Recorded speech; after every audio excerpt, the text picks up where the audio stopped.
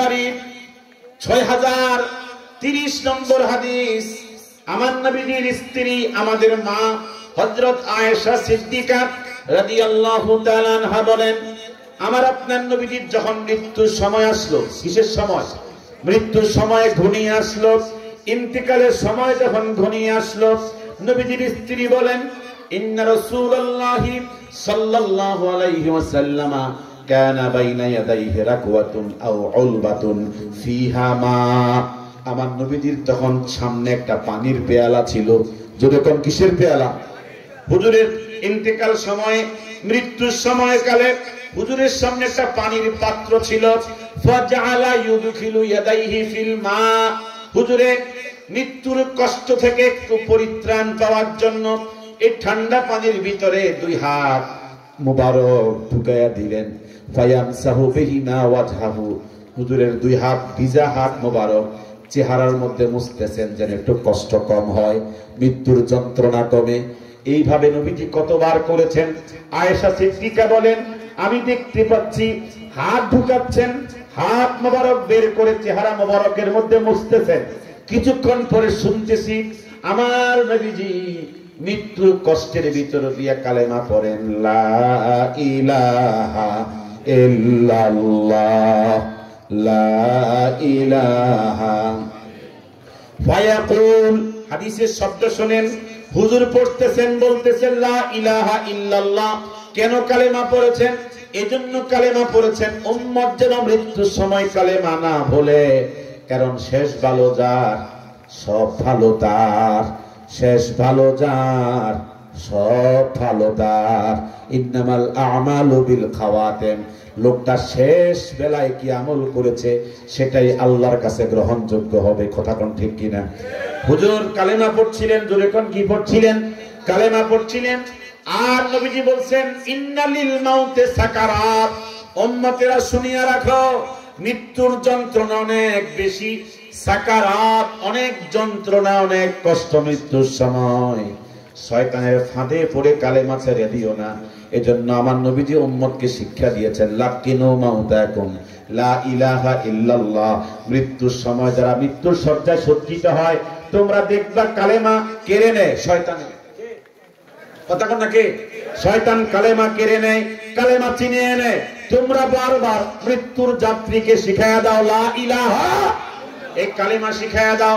হাদিস শরীফ ইমাম তিরমিজি 6 লক্ষ হাদিসের হাফেজ সুনান গ্রন্থের মধ্যে বর্ণনা করেছেন।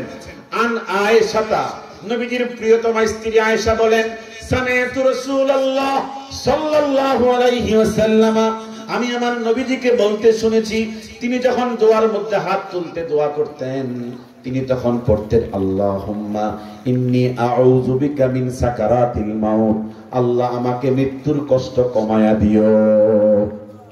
হুজুর দোয়া করতেন কিসের সময়?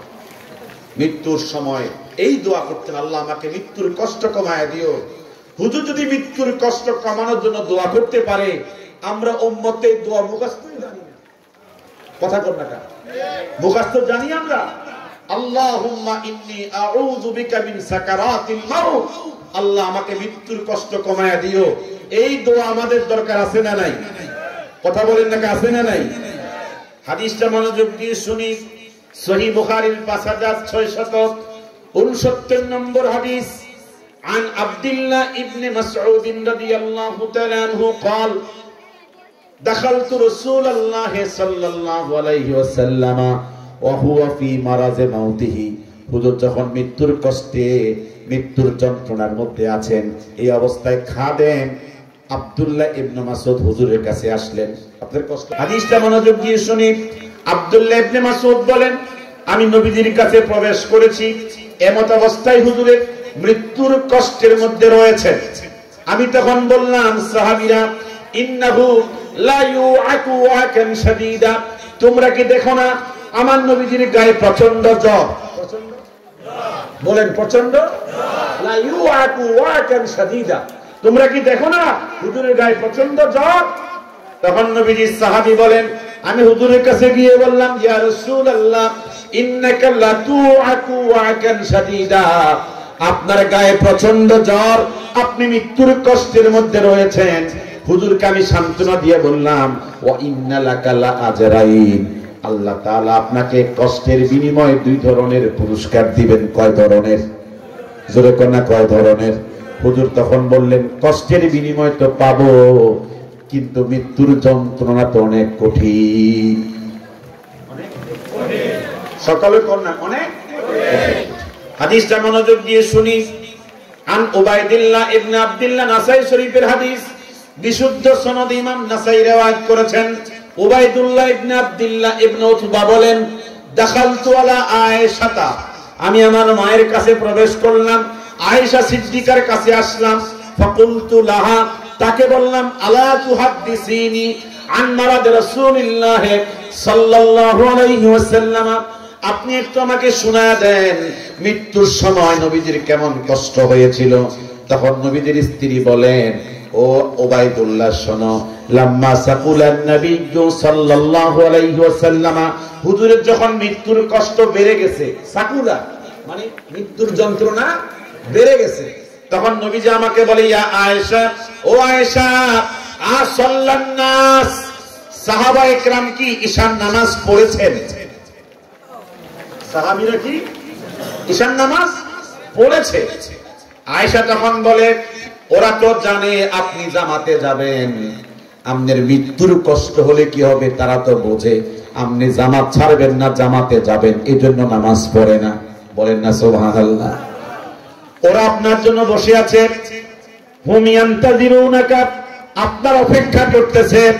হুজুর তখন বললেন, বুঝছি, ওরা আমাকে না দেখলে জামাতে দাঁড়াবে না। দাউলি মা আন ফিল মিখদাফ, ওযুর পাত্রে পানি প্রস্তুত করো। ওযুর পাত্রে, কথা কোন না, ওযুর পাত্রে পানি প্রস্তুত করো। ফাগতাসালা, হুজুর ওযু করলেন। সুম্মা যাহাবা লিয়ানুআ, হুজুর জামাতে যাওয়ার জন্য এই মৃত্যুর যন্ত্রণা নিয়ে